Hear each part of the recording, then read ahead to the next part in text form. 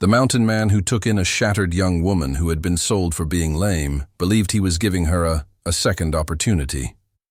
However, he learnt the reality that would permanently alter both of their lives in just 3 days. The wagon squeaked over the winding mountain road, its wheels swaying as though they were unsure of their destination as well.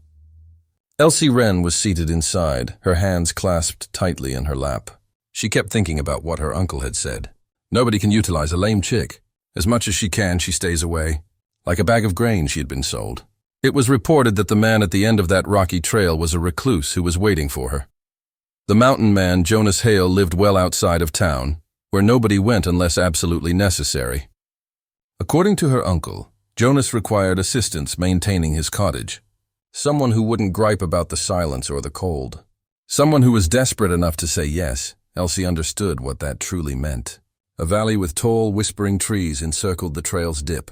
The air became sharper and colder, and the sound of an axe hitting wood could be heard in the distance. "There's your new life, miss," the driver murmured, snapping his rear end. Clinging to her shawl against the wind, Elsie descended. Her right leg shook under her, slow and stiff from a long-standing ailment that never fully healed. She detested the looks she got when she hobbled. However, Jonas Hale, the man in front of her, avoided looking at her. He simply observed in silence, his face unreadable. He had a shaggy beard, a coat covered in pine needles, and a towering, broad-shouldered build. A man sculpted by the mountain. "You're the one Merritt Wren sent?" Jonas asked in a quiet, low voice. Elsie lowered her eyes and nodded. "Yes, sir. Elsie Wren."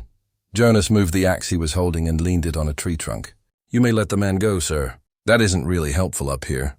He looked at her for a bit, his eyes resting on her face rather than her leg. Her eyes were tired but still had a spark, and she was pale from travel. Then he merely remarked, "You appear icy. Let's bring you in." Warmth flashed from the flames inside the cabin. The property was tidy but desolate, with a cedar and smoke scent. A quilt was carefully folded and placed over a lone chair that was positioned close to the fire.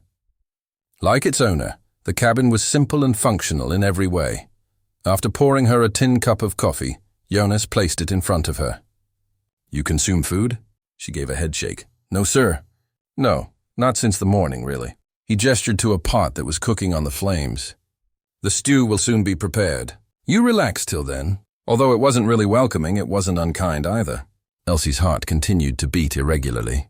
She was unsure of what this man expected of her, or whether she had only exchanged one pain for another. Her voice wavered as she finally spoke. "Mr. Hale, I am able to work. I can cook, repair, and clean, but I'm not as powerful as other people. Even if my leg slows me down a little, I keep going." Jonas's face became softer. "Didn't request proof from you," she said. "I just don't want you to think I'm useless." Something shifted in his eyes when he gave her a closer look. "I don't believe that," he said. "Avoid letting other people's remarks become ingrained in your mind. Once they do, you'll discover they're difficult to get rid of." When the fire burst between them, Elsie blinked quickly to contain her tears. It had been years since anyone had spoken to her in that way. Jonas took her to the tiny loft above that evening after the stew was consumed and the long period of silence had passed. He answered, "You can sleep up here. Roof leaks are rare. Don't worry if you hear wolves. They stay far away from the flames." "Thank you," she said quietly. After giving one nod, he turned away. After he left, Elsie sat on the bed's edge and traced the quilt's embroidery with her fingers. Though it wasn't much, it was warm and, for the time being at least, hers. She could see snow beginning to fall outside through the crevices in the hut wall. She recalled her uncle's sly smile as he gave her some silver money. He had remarked, "You're lucky he'll take you." It was something she hoped to believe. The following morning was calm and pale. When Elsie came out with her shawl securely wrapped, Jonas was already outside cutting wood. She observed him at work, his axe swinging confidently and forcefully. He noticed her observing and nodded slightly. "You sleep all right?" "Yes," she answered, but her voice was not too loud. "All right. If you feel up to it, there are chores. The chickens will need to be fed, and there are water buckets next to the stream." She paused. "I can try." He gave a slight smile. "Trying's all I ever ask." The morning proceeded slowly. But Jonas observed her perseverance despite her limp, making the walk to the stream difficult and uneven. The morning proceeded slowly, but Jonas observed her perseverance despite her limp, making the walk to the stream difficult and uneven. She once almost lost her footing on a root and spilt half the bucket, but she never voiced any complaints. By midday, her back hurt and her hands were raw from washing. She shook her head, however, when Jonas offered her a place to rest. "If I stop now, I won't start again." He laughed. "You're obstinate," she murmured, a bashful smile fluttering across her face. "So, I've been told." He was taken aback by that tiny, unsure, yet genuine smile. It had been a while since he had seen something so tender. Jonas fixed a broken lock that night as Elsie stirred the stew pot and the wind roared against the windows. He saw more than just the girl he had taken in for the first time as the fire's light danced across her face. He witnessed kindness without resentment and peaceful power. "Mr. Hale, may I ask why you took me in?" she whispered quietly as she placed the bowl in front of him. "You needed help," my uncle said. But Jonas looked up. "To be honest, I had no idea what I required." It was too quiet in the cabin. There may be a limit to how long a man may converse with his own shadow. Elsie gave a small smile. "Then perhaps we both needed a place to call home." He nodded slowly and thoughtfully instead of responding immediately. "Perhaps." Snow continued to pour outside, covering the mountain in white. Two souls, one damaged and the other lonely, started to feel warmth once again inside by the fire. 2 days later, the storm descended like a wind and ice beast, scuttling down from the peaks. The world outside went white as the pines drooped low beneath it. The fire in Jonas Hale's cabin never went out, and Elsie didn't either. She had been there for 3 days now, 3 peaceful days that seemed longer than the majority of her years. Although she continued to move cautiously and preferred her right leg, Jonas never brought it up. Sometimes he would get a glimpse of her, like a man attempting to solve a puzzle he didn't fully comprehend. He hadn't anticipated Elsie. She wasn't helpless. She wasn't resentful. Though not broken, she carried her quiet like a burden. He had already discovered her outside twice, wiping snow from the chicken coop and wearing a white dusted braid as if she were a native of the cold. He discovered her kneeling next to a basket of repaired socks by the fireplace that morning. Her hands moved steadily, swiftly, and confidently. He put the logs down and replied, "You don't have to do all that." Startled, she raised her head. "Idle hands make me nervous." Even he was astonished when Jonas laughed. "I believe I've observed." She returned to her task with a small smile. A loose curl that had fallen out of her braid framed the gentle, contemplative firelight as it danced over her face. Before she could catch him watching, Jonas averted his gaze.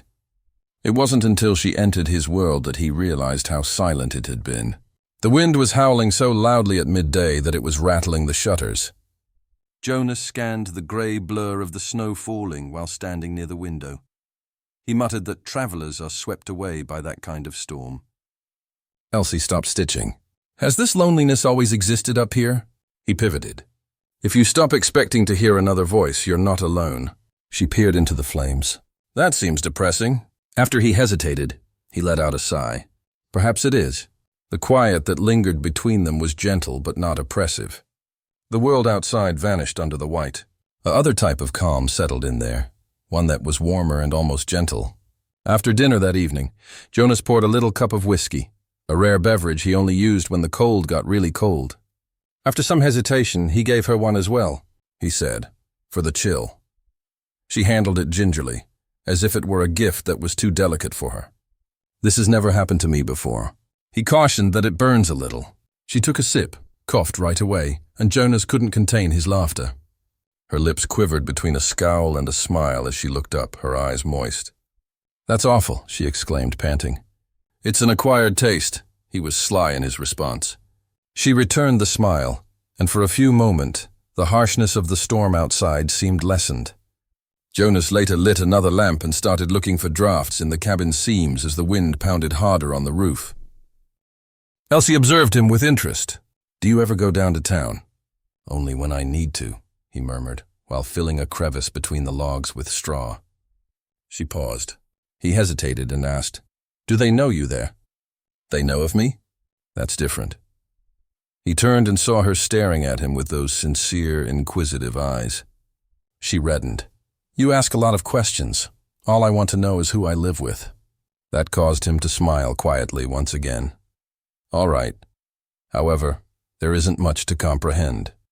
"Perhaps not," she muttered. "However, I believe there is more than you disclosed." Jonah looked at her for a while, researched her in depth. Additionally, the lantern's flicker illuminated the scar down her temple, which was partially obscured by her hair. He hastily averted his gaze after realizing she had caught him watching. The earth was shrouded in white quiet as the storm departed the following morning. The air was glistening with frost, and the pines were weighed down by snow. Jonas got tools and saddled his horse. "Need to check the line fence before it collapses," she was instructed. "You remain near the flames. Avoid wandering. In this light, it's simple to become lost."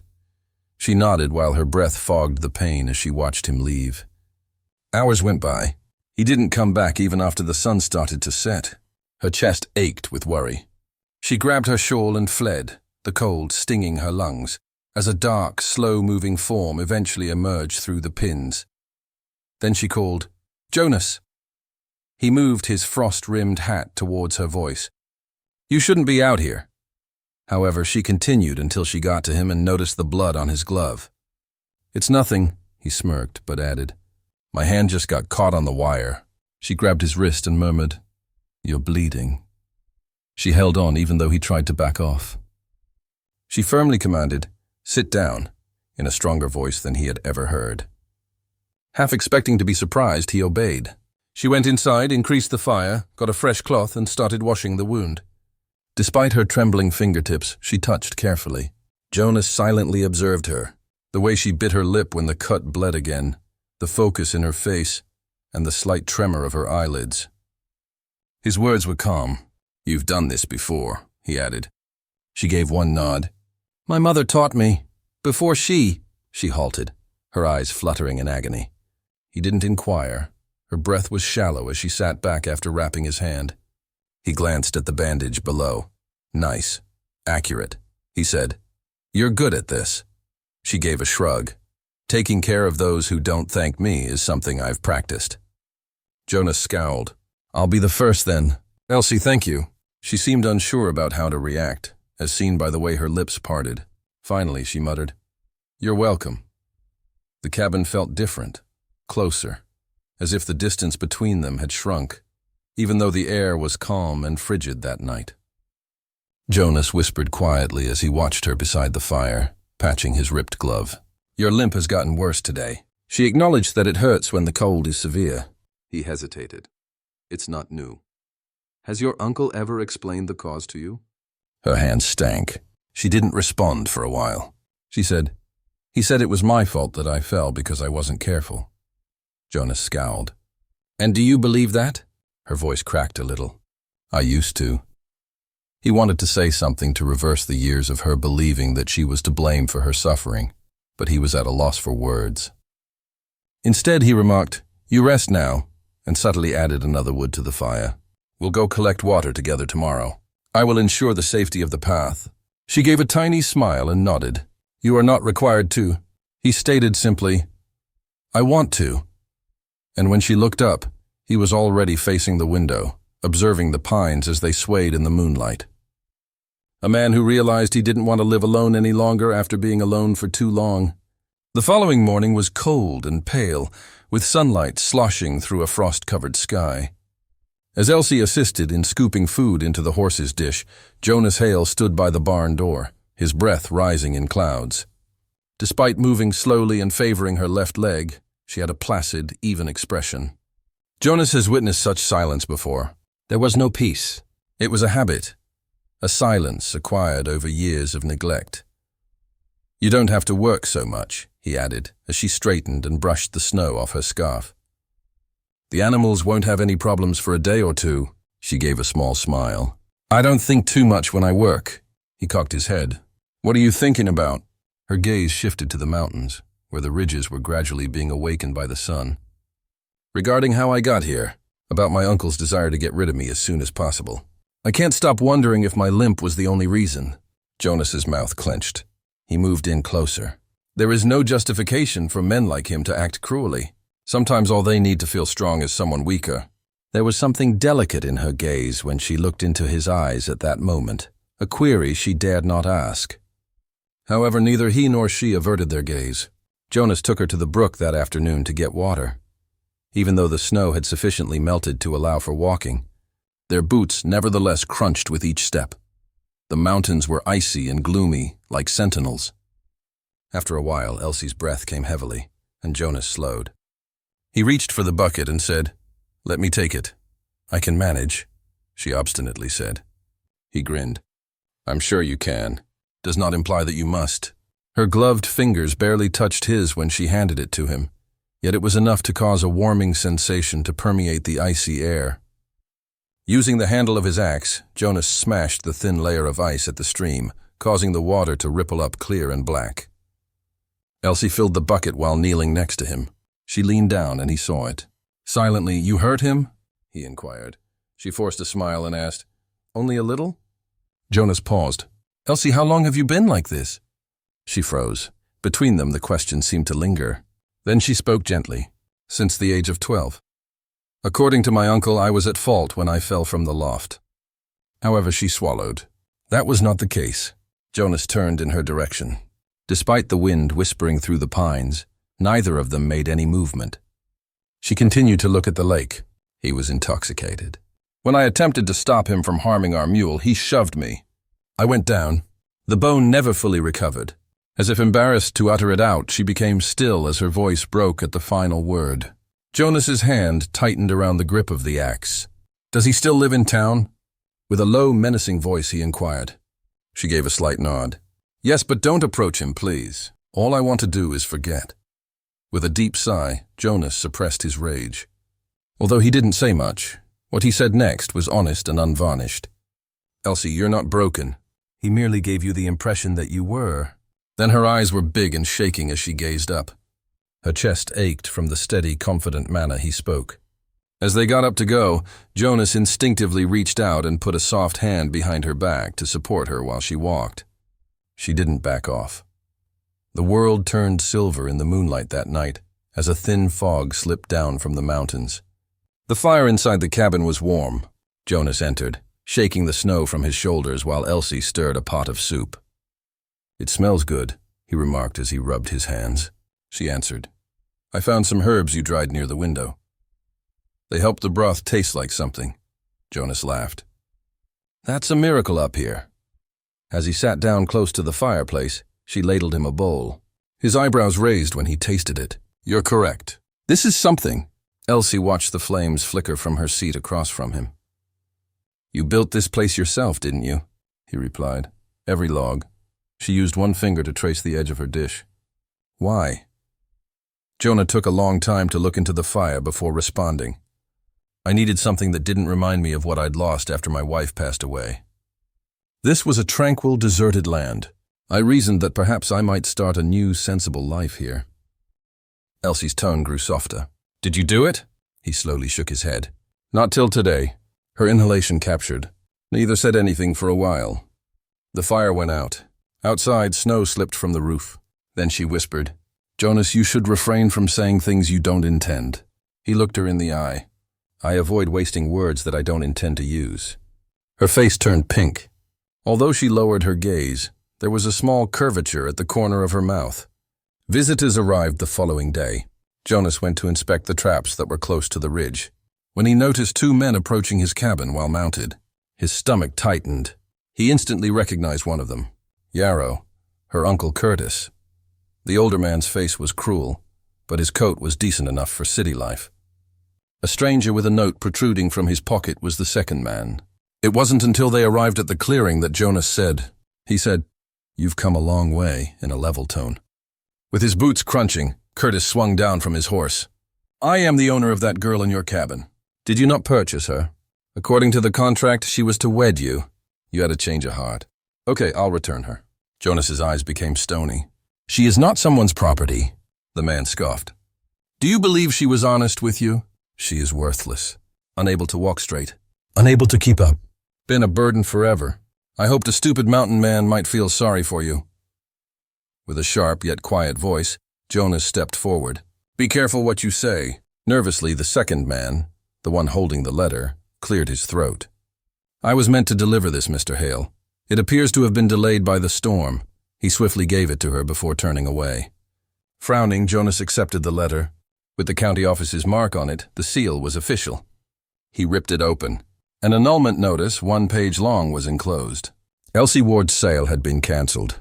She was not legally Curtis Yarrow's property. As he looked up, Jonas's hold on the paper became more firm. "You came here in deception," Curtis grinned. "Boy, paper doesn't alter reality. Her products are harmed. Nobody desires her." Before Jonas's fist struck his jaw, that was the last thing he uttered. The man collapsed into the snow.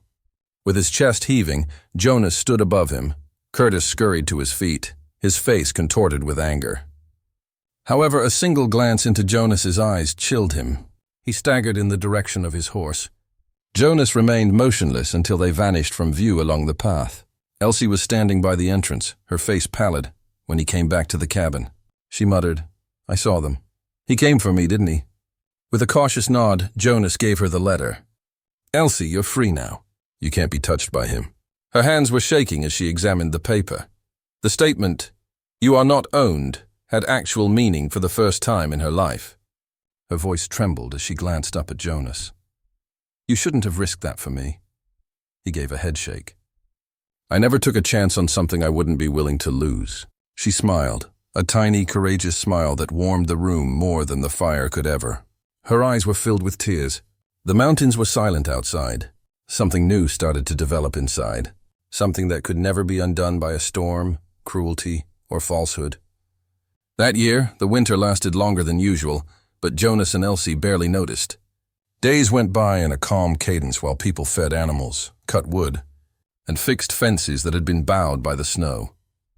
Once chilly and alone, the cabin was now filled with warmth from the fire as well as with conversations, laughter, and a deeper source neither of them dared to identify. Jonas occasionally found himself standing motionless, listening, with a half-smile touching his lips, when he heard Elsie humming quietly while she cleaned the floor or repaired a ripped sleeve.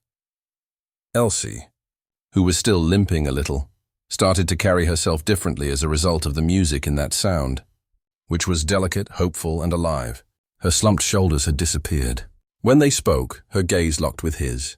Like snow retreating from the fields outside, the anxiety that had previously been inside her appeared to gradually fade. Jonas left early one morning to visit the ridge, as the first signs of spring touched the mountain air. As he stood there, he observed the valley below, the first green striations along the slopes, and streams piercing the ice. Elsie stood behind him when he turned, her hair flowing wildly in the wind while she was bundled up in his old wool coat. As he approached her, he murmured quietly, "You should have called." The ground still uneven. With a soft yet forceful tone, she answered, "I'm tired of staying by the earth." With a little smile, he said, "I wanted to see what you see every morning. What do you observe, too?" She surveyed the area, the cabin far below, the rolling peaks, and the morning light. Then she turned to face him. "Freedom," she said. Jonas's chest constricted. He wasn't prepared for that word to have such an impact. "Now you're free," he whispered. "Really?" Elsie's eyes gleamed as she nodded. "Yes, but Jonas, freedom is a peculiar concept. Until you meet someone who makes you want to stay, you believe it means escaping everything." Neither of them said anything for a while. A hawk screamed against the morning sky in the distance, and the wind carried the subtle aroma of pine. Jonas moved in closer. "I believed I was helping a stranger when you arrived here, Elsie. In actuality, you assisted me. You restored vitality to this location." She cast her eyes down. "When no one else would give me a chance, you did." "No," he answered in a steady, low voice. "You personally took that risk. You had to fight for it. Remember that always." Her throat constricted. "So why do you still treat me as though I'm weak?" After hesitating, Jonas spoke candidly. "Due to the fact that I have already lost a loved one. I doubt I could handle it once again." With hesitation but confidence, Elsie came forward and touched his hand. "Jonas, I'm not broken, and I'm not her, no more." He glanced down at their hands, which fit together flawlessly despite being rough and calloused from labor. He then raised his head to face her steady, tear-filled eyes. They had a silent, complete understanding that went beyond words. The Thor arrived quickly that spring. You've already built half of it with your hands. You returned home. She shook her head while shedding a few tears. I'm not sure what I could offer you, Jonas. I am unable to guarantee a flawless life. He interrupted, tactfully yet firmly. I don't require perfection. I simply must be real. You are necessary to me. This was the first time Elsie made no holds barred. You mean after spring? She gave a small smile. After everything? After me working here? Jonas put the knife down after you had patched the ceiling a dozen more times. This isn't just my place anymore, Elsie. If you want it to be, it's ours. She gasped. Ours? His boots made a faint creaking sound against the flooring as he stood and approached. Half of it has already been constructed by your hands. You returned home. She shook her head while shedding a few tears. I'm not sure what I could offer you, Jonas. I am unable to guarantee a flawless life. He interrupted, tactfully yet firmly. I don't require perfection. I simply must be real. You are necessary to me. This was the first time Elsie made no holds barred. With her cheek against his chest, she entered his arms. As he held her close, he inhaled the subtle aroma of flowers and pine, as well as something that was uniquely hers. They remained that way for a while, two lost souls who were now found in one another. A letter on horseback arrived a few weeks later. It had the county seal once more, but the message was straightforward this time. Yarrow Curtis went out of town. No charges filed. No refund is anticipated. Jonas read it aloud. After listening, Elsie gently folded the paper and put it in the fire. He's gone, she said in a whisper. Just like that. Jonas observed as the paper turned to ash. Then, he declared, that was the end of him. And the start of you. She gazed up at him, the firelight reflected in her eyes. Perhaps the start of us. After years of solitude, Jonas finally broke into a deep, quiet smile. Yes, he responded quietly, when the summer arrived quickly. The flowers of the mountains opened. The valley was filled with joy as the creek sang once more. Over time, Elsie's limp had significantly improved, to the point where Jonas discovered her walking steadily and confidently down the hill, carrying a basket of berries one morning. Look at you, he exclaimed, beaming. You're walking better than I do. She let forth a strong, crisp chuckle. Perhaps because you still limp in the rain, he shook his head and laughed. Guess we both have old wounds that'll never quite fade. As she handed him the basket, she said, maybe that's all right. Maybe they remind us how far we've come. As they made their way back to the cabin, Jonas grasped her hand. The brook nearby mumbled something like a lullaby as the setting sun turned the sky gold. He stopped and turned to face her as they arrived at the porch. You know, Elsie, I believed that fate had erred when you first arrived here. Her head twitched. He now grinned subtly. I now know that it arrived on schedule. His words caused her heart to swell. Then I'm glad I was late, she said in a whisper as she leaned closer. His voice was low as he stroked a lock of hair away from her face. No, Elsie, you arrived for me exactly on time. Two souls that the world had rejected are now creating something more complete, something true, something deeper than suffering, and something stronger than sympathy. Jonas and Elsie stood together as the sun descended behind the mountains. Evidence that love isn't always accompanied by perfection. Even if it limps occasionally, it manages to go home. For more Wild West stories full of love, hope, and second chances, please remember to like, share, and subscribe if this tale spoke to you. Let us know in the comments. If the world had already given up on a lady, would you have taken her in?